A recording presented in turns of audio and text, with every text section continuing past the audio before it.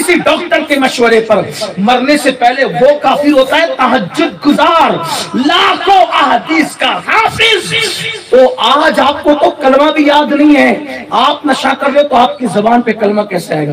آپ تیسرا چوتھا کلمہ صحیح نہیں پڑھ سکتے۔ میرے عزیز اپنے حال پہ رحم کرو، یہ دنیا ختم ہونے والی ہے، یہ دنیا کا وجود ختم ہونے والا ہے۔ بڑے بڑے بادشاہ چلے گئے، ان کی بادشاہت نہ رہی، ہم کیا رہیں گے؟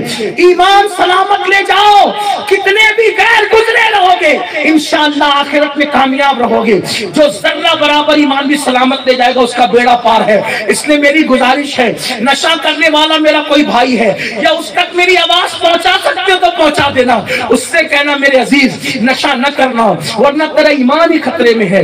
اسی پہ بس نہیں، وہ مر جائے گا، جب قبر سے اٹھے گا یا تو اس کا چہرہ سور کی طرح ہوگا یا تو اس کا چہرہ بندر کی طرح ہوگا، اور پھر کیسے اس کی آنکھوں سے قیامت کے دن خون ٹپک رہا ہوگا، اور اس کی زبان سینے پہ لٹک رہی ہوگی، اور اس کے منہ سے پاخانہ نکل رہا ہوگا، اس کے پورے وجود پر سانپ اور بچھو چپکے ہوئے ہوں گے، اور اس کے گلے میں وہ آلہ ہوگا جس سے وہ نشہ کرتا تھا۔ اگر شراب کی بوتل سے نشہ کرتا تو شراب کی بوتل ہوگی، یہ اس کا انجام ہوگا۔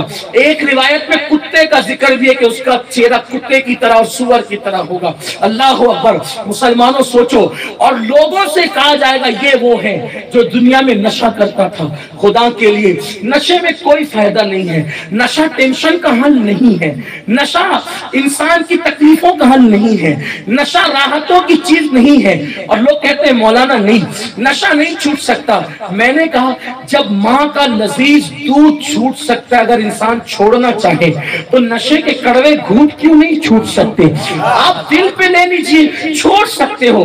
دنیا میں ماں کے دودھ سے زیادہ لذیذ اور طاقتور چیز کوئی نہیں ہے۔ اسی لیے تو آپ دیکھیں دنیا میں آپ جو بھی غذا کھاتے ہیں اس کے ساتھ اور بھی چیز لیتے ہیں، اور بھی چیز، گوشت کھا رہے تو روٹی ساتھ لے رہے ہیں، پانی لے رہے ہیں، یہ لے رہے ہیں، وہ لے رہے ہیں۔ لیکن جب انسان ماں کا دودھ پیتا ہے تو صرف ماں کا دودھ، اس کا ایک دودھ ہر غذا کے لیے، ہر وٹامن کے لیے کافی ہوتا ہے۔ تو ماں کے دودھ سے بڑی کوئی چیز نہیں۔ لیکن اگر اس کو چھوڑنا چاہے تو چھوڑا کہ نہیں چھوڑا؟ جب وہ چھوٹ سکتا ہے شراب کیوں نہیں چھوٹ سکتا؟ نشہ آپ کو عہد کرنا ہے، آپ کو دل پہ لینا ہوگا، آپ کو اللہ کی بارگاہ میں توبہ کرنی ہوگی، آپ کو اللہ سے مدد مانگنی ہوگی۔ آپ کہیں گے مولانا میں نشہ چھوڑ دوں گا تو پھر لوگ تو مجھے تانا دیں گے۔ میں کہا دینے دیں، ہم عزت کریں گے، اور ہم کہ اللہ تیری عزت بڑھائے گا، رسول تیری عزت بڑھائے گا۔ کیوں؟ اس لیے کہ 2 لاکھ حدیثوں کا حافظ، جس کے لیے جانور گلیوں میں پاخانہ کرنے سے محفوظ رہتے تھے، وہ بشر حافی کسی خانقاہ سے نکل کر نہیں آیا تھا، وہ کسی میخانے سے نکل کر کے آیا تھا۔ حضرت بشر حافی رات دن شراب پیتے تھے، لیکن توبہ کر کے میخانے سے نکل کے تو 2 لاکھ حدیثوں کے حافظ، کعبے کے مجاور بنے، اور اتنی عزت کرتے تھے جانور بھی ان کی کہ کبھی راستے میں جانور گندگی نہیں کرتے تھے کیونکہ وہ بغیر چپل کے چلتے تھے۔ اور جس دن بشر کا انتقال ہوا ہے، بغداد کے ولیوں نے رسول اللہ کو بغداد کی گلیوں میں چلتے دیکھا ہے۔ بزرگوں نے پوچھا آقا آج آپ بغداد آئے؟ فرمایا ہاں، میرے بشر کو لینے کے لیے آئے ہیں۔ جو توبہ کر لیتے ہیں ان کی عزت بڑھائی جاتی ہے۔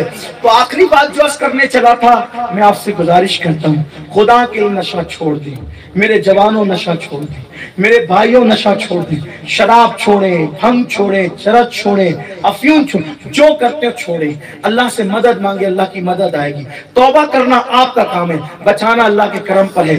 آخری بات کے طور پہ جو عرض کرنا چاہتا ہوں وہ یہ ہے، اگر تم نے نشہ نہیں چھوڑا نا، ایک دن یہ نشہ تم سے ایسی غلطی کروائے گا، ایسی برائی کرائے گا کہ اللہ اکبر تم زندگی بھر پچھتاتے رہو گے، زندگی بھر، لیکن اس کا مداوع نہ ہو سکے گا۔ کیا ہے پتہ ہے؟ آؤ سنو، میں ایک بات تمہیں پیش کروں۔ اس روایت کو لکھنے والے، بیان کرنے والے جو اس روایت کو جس نے بیان کیا، وہ بیان کرنے والی ذات ہے حضرت سیدنا مالک ابن دینار رضی اللہ تعالیٰ۔ وہ بیان کرتے ہیں، حکایت ان کی بیان کردہ ہے، اور میں اس کو اپنے الفاظ کے جامع میں پیش کر رہا ہوں، اس کو دھیان سے سننا۔ اللہ اکبر۔ کہتے ہیں کہ حضرت سیدنا مالک بن دینار رضی اللہ تعالیٰ حج کے لیے گئے، چونکہ یہ بہت قریب کے تابعین یا تبع تابعین کے دور کے بزرگ ہیں، حضرت مالک بن دینار رضی اللہ تعالیٰ، یعنی حضور نے ابھی پردہ فرمانے کو ایک صدی نہ گزری تھی تب مالک بن دینار پیدا ہو چکے تھے۔ حضور کی صدی کے بزرگ ہیں، یہ سمجھ لیں اتنے قریبی ہیں۔ آپ حج کے لیے گئے، دل کے کانوں سے سننا، اللہ کرے ایک ایک جملہ کسی کے لیے عبرت اور نصیحت کا سامان ہو جائے اور اسی پہ بات مکمل ہو جائے گی۔ اور میری بہنیں بھی سنیں، یہ سب سنا کرو، اپنے بچوں کو سنانے کے لیے کام آئے گا۔ اللہ اکبر۔ تو مالک بن دینار کہتے ہیں میں حج کو گیا، جب حج کو گیا تو میں نے دیکھا، جب میں طواف کر رہا تھا پورا مطاف، پورا حرم حاجیوں سے کھچا کچ بھرا ہوا تھا۔ میرے اندازے کے مطابق 5 لاکھ حاجی آئے تھے۔ مالک بن دینار کہتے ہیں کم و بیش 5 لاکھ حاجی آئے تھے۔ حضور کے ظاہری دور میں 1.25 لاکھ حاجی تھے کم و بیش، اور حضور نے ابھی پردہ فرمانے کو 100 سال بھی پورے تھے، 5 لاکھ حاجی تھے، پورا حرم کھچا کچ بھرا ہوا تھا۔ مالک یہ دیکھ کر کہتے ہیں اللہ تیرا کتنا انعام ہوا کہ تیرے نبی کی محنتوں کو تو نے کیسے بارور کیا، تو نے کیسے چاہے وہ کارگر فرما دیا کہ پورا حرم بھرا ہوا ہے، کھچا کھچ بھرا ہوا ہے۔ لیکن مولا ان 5 لاکھ حاجیوں میں وہ کون ہے جس کا حج تو نے قبول کیا، اس کو ہی مجھے بتا دے، اور وہ کون ہے جس کا حج تو نے رد کر دیا، اس کو ہی مجھے بتا دے، جس کا قبول ہوا وہ بھی بتا، جس کا رد ہوا وہ بھی بتا۔ مالک بن دینار کہتے ہیں کہ جب میں جا کر اپنے حجرے میں سویا تو میرے خواب میں اللہ نے فرمایا کہ ایک بندہ ہے جس کا حج سب کا قبول کر لی، پورے 5 لاکھ کے 5 لاکھ کا ایک بندے کا رد ہوا ہے، بلکہ یوں کہہ لے احتیاط کے طور پہ کہ 4,99,999 ان کا قبول ہوا اور ایک کا رد ہوا۔ اللہ وہ کون ہے؟ اس کا نام ہے محمد ابن ہارون۔ اللہ نے بتایا ان کو، اس کا نام کیا ہے؟ محمد ابن ہارون۔ اب چونکہ اس کا نام ہے محمد تو میں اب محمد نام نہیں لوں گا، ابن ہارون کہوں گا تو آپ سمجھ جانا پورا نام کیا ہے۔ ٹھیک، جس بندے کا نام بھی محمد ہوتا ہے اور میں اس کے بارے میں کوئی اس کا عیب بیان کرنے لگتا ہوں تو میں کبھی بھی اس کو محمد کہہ کر نہیں بیان کرتا، یہ ہمارے بزرگوں کا طریقہ ہے۔ اسی لیے ایک بندہ ہے جس نے بہت فتنہ پھیلایا، اس کا نام ہے محمد ابن عبد الوہاب، تو ہم محمد ابن عبد الوہاب اس کو نہیں بولتے، ہم اس کو ہمیشہ ابن عبد الوہاب بولتے ہیں۔ اسی طرح موجودہ دور کا ایک بڑا فتین ہے، بدبخت ہے، اور ہم اس کو بھی جو ہے وہ محمد نہیں کہتے بلکہ ہم اس کو ابن سلمان کہتے ہیں۔ ٹھیک ہے، اسی طریقے سے آپ سمجھے، اور آپ سے بھی کہتا ہوں احتیاط کرنا، بہت احتیاط۔ اگر کوئی محمد نام کا اہل ایمان مل جائے اس کا احترام کرنا۔ میری عادت ہے محمد نام کا ملے، ابو بکر نام کا ملے، عبد القادر نام کا ملے، علی نام کا ملے، حسین نام کا ملے، حسن نام کا ملے، کوشش ہوتی ہے کہ اس کے ساتھ بدتمیزی نہ ہو۔ یوں تو کسی کے بھی ساتھ بدتمیزی کرنے کی ہمت اس دن سے نہیں ہوتی جس دن سے میں نے امام جعفر صادق کا یہ قول پڑھا۔ امام جعفر صادق کہتے ہیں جس ایمان والے سے ملنا یہ سمجھ کے ملنا کہ یہ اللہ کا ولی ہے، بس، کیونکہ کسی کی پیشانی پہ نہیں لکھا ہوتا ہے کہ یہ اللہ کا ولی ہے۔ اس دن سے کسی سنی سے میرا جھگڑا ہی نہیں رہا۔ اگر کوئی مجھے گالی دیتے تو میں مسکراتا ہوں کہ چل بھائی ٹھیک ہے، اگر ولی کے منہ سے گالی سننے کو ملے تو یہ بھی نصیب کی بات ہے۔ اب آپ کہیں گے کہ ولی گالی تھوڑی دے سکتا ہے، میں نے کہا آج نہیں کل توبہ کر کے اگر جو ہے وہ اللہ کے ولیوں میں شمار ہو گیا، سنی تو ہے شمار ہو گیا، تو کل اس ولی بننے کے بعد یاد تو آئے گا یار گالی دی تھی، چلو آج ہاتھ پکڑ کے جنت میں لے جاؤ، کچھ تو بیڑا پار ہوگا۔ اس لیے میں کبھی کسی سنی سے لڑنے کے موڈ میں نہیں رہتا۔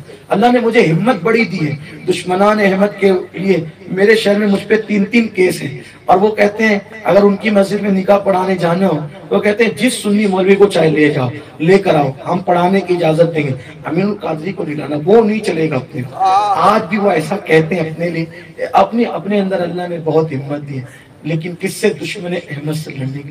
سنیوں کے معاملے میں بہت بزدل ہوں، سنی مجھے گالی دیتے میں کہتا کوئی بات، مجھے کافر بھی کہا کسی میں کہا کوئی بات ٹھیک ہے۔ اے اللہ قیامت کے دن اللہ کے یہاں سب کھلے گا، کون مومن تھا، کون کافر تھا، کون کیا تھا، وہ سب کا وہاں کے لیے کچھ رکھو، سب فیصلے یہاں مت کیا کر۔ لیکن میرے اندر ہمت نہیں، میں بزدل ہوں سنیوں کے معاملے میں۔ کیوں؟ کیونکہ میرا قرآن کہتے ہیں رحماء بینہم، ہمیں اسی پہ عمل کرنا ہے۔ تو جس دن سے میری ملاقات ہوئی، جس دن سے میں نے پڑھا امام جعفر صادق کے حوالے سے، جس سنی سے مل، عاشق رسول سے، مومن سے، یہ سوچ کے مل کے تو اللہ کے ولی سے مل رہا ہے، ہمت ہی نہیں ہوئی کبھی لڑنے کی۔ اور اللہ سے دعا ہے اللہ میری نسلوں کو بھی اسی پہ قائم رکھے کہ ہم سب کو عزت کی نظر سے دیکھیں۔ میرے بھائی سب اپنے سے اچھے ہیں، سب سے برے اپنے ہی ہیں، اپنے سب سے برے ہم کیا ہیں؟ ہاں ہم لوگ گناہ کرتے ہیں، کتوں نے گناہ وہ نہیں کیا جو ہم نے کیا ہے، تو ہم اپنے آپ کو کب کتے سے بہتر سمجھیں؟ یہ اپنا حال ہونا چاہیے بس۔ آپ کو بھی یہی درس دیتا ہوں، جس دن آپ اپنے آپ کو سب سے برا سمجھو گے نا، آپ کا جھگڑا سب کے ساتھ ختم ہو جائے گا۔ کیوں؟ اس لیے کہ جب وہ مجھ سے اچھا ہے تو میں اس سے لڑوں گا کیوں؟ جب وہ مجھ سے اچھا ہے تو میں اس کی غیبت کروں گا کیوں؟ جب وہ مجھ سے اچھا ہے تو میں اس کو ڈانٹوں گا کیوں؟ جب وہ مجھ سے اچھا ہے تو میں اس پہ ناراض کیوں ہوں گا؟ یہ ہوگا، یہ ہے فلسفہ، اور یہی ہمارے صوفیاء نے ہمیں سکھایا۔ علامہ شرف الدین یحییٰ منیری کہتے ہیں جب تک تیرے دل میں گھمنڈ ہے تیرے سجدے اللہ کبھی قبول نہیں کرے گا۔ کہا گھمنڈ کب تک ہے؟ کہا پوری دنیا سے تو اپنے آپ کو کمتر سمجھتا ہے لیکن ایک بندے سے بہتر سمجھتا ہے، اب بھی تیرے دل میں گھمنڈ موجود ہے، تیرے سجدے کبھی تیرے سر کے اوپر نہیں جائیں گے۔ یاد رکھنا، چہرے کے وضو سے پہلے دل کا وضو کرو تب سجدے قبول ہوتے ہیں، اور دل کا وضو یہ ہے کہ تو اپنے آپ کو سب سے کمتر سمجھ، ورنہ دل کے اندر گھمنڈ کا بت لے کر کے آئے گا تو جب بغلوں میں آئے ہوئے بت قبول نہیں ہوتے، سروں پہ رکھے ہوئے بت قبول نہیں ہوتے، تو جو دل کے اندر آپ نے بت خانہ بنا رکھا ہے تو یہ نماز کب قبول ہوگی؟ اپنے دلوں سے ذرا بتوں کو پاک کرو۔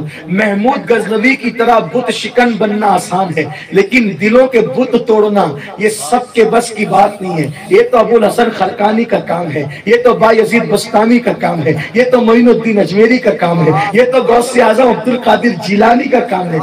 زمین کے بت شکن بننا آسان ہے، دلوں کے بت شکن بننا مشکل ہے۔ جو زمین کے بت شکن بنتے ہیں انہیں دنیا محمود غزنوی کہتی ہے، جو دلوں کے بتوں کو پاش پاش کرتے ہیں لوگ ان کو عبد القادر جیلانی کہتے ہیں۔ زمین کے بتوں کو پاش کرنے والا اور دلوں کے بتوں کو پاش کرنے والے میں فرق یہ ہے، زمین کے بتوں کو پاش کرنے والا ابو الحسن خرقانی کے پاس ہاتھ جوڑ کر نظر آتا ہے، ابو الحسن خرقانی کبھی محمود کے دروازے پہ نظر نہیں آتے، یہی فرق ہے۔